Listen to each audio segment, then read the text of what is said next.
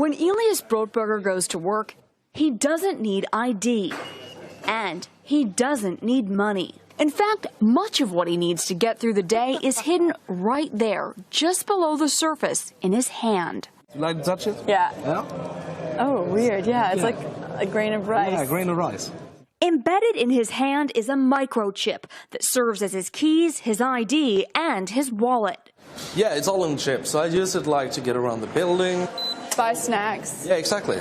Let's buy some snacks. Exactly. So I can't open it? No. Okay. So what I need to do is I need to first blip my chip, and it will log me in, and from there I get access to the fridge.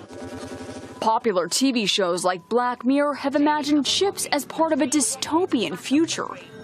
Install ingrain procedure with local anesthetic and you're good to go. In Sweden, the microchips are already here. The microchip implants use the same technology that's in contactless credit cards, which have made cash pretty much obsolete in Sweden. No cash. At this tech fair, a chipping event for those on the cutting edge, merging their hands with this new technology. I thought it would be fun, right? The process is simple and swift. A pinch of the skin, and in a matter of seconds, the chip is inserted. The transformation is complete.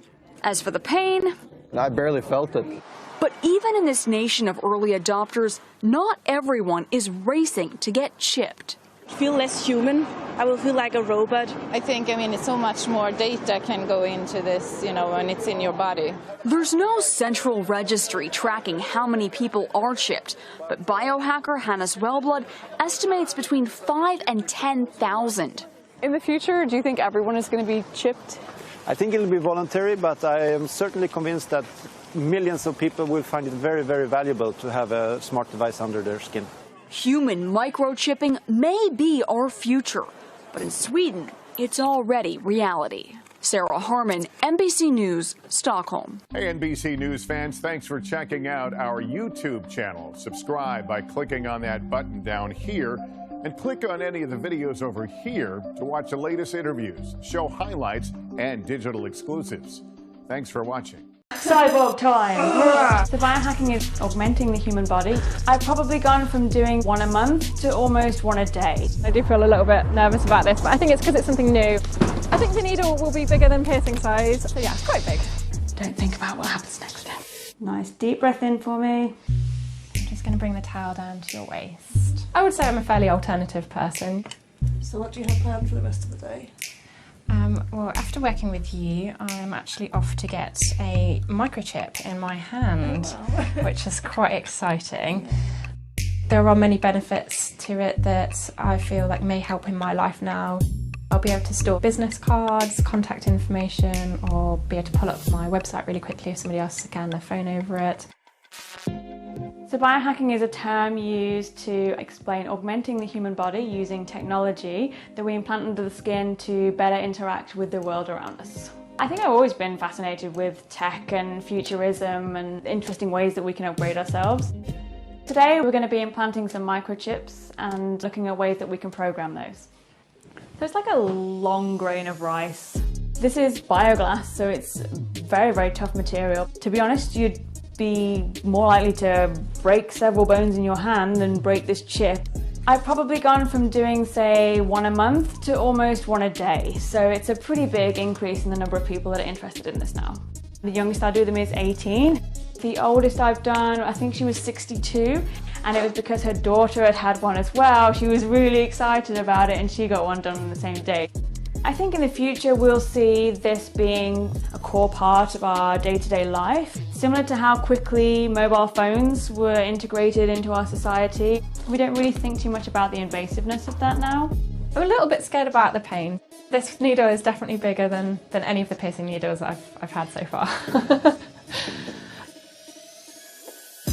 Core, excellent, come on through. Thank you. Fantastic. Shall I take a seat? Yeah, just take a seat. If my skin was to reject it for whatever reason, that'd be a bit crappy. It doesn't need to travel too far, just enough that it can't back out of the hole we're about to make. So it's only going to go, it's about 1.5 centimeters under your skin. The needle's quite big and scary, but it's not going that far in, so we're all good. Good to know. Nice and loose, you don't need to focus on controlling your hand now, so kind of let everything go a bit floppy and just sort of don't think about what happens next day. Nice deep breath in for me.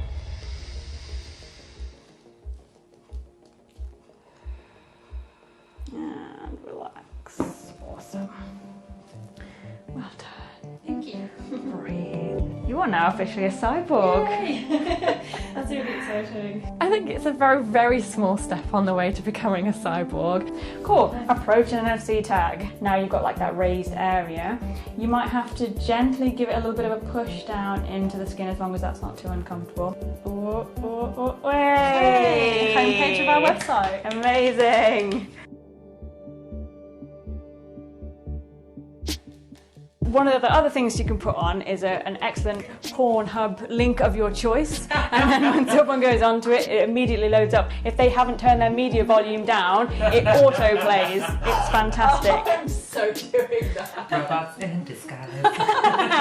This chip is bridging the gap between cyborg technology and everyday life technology. Take care, guys. Bye. The one thing that does concern me in the future is people forcing other people to have a chip, like for work, for example. People should always be able to have that choice.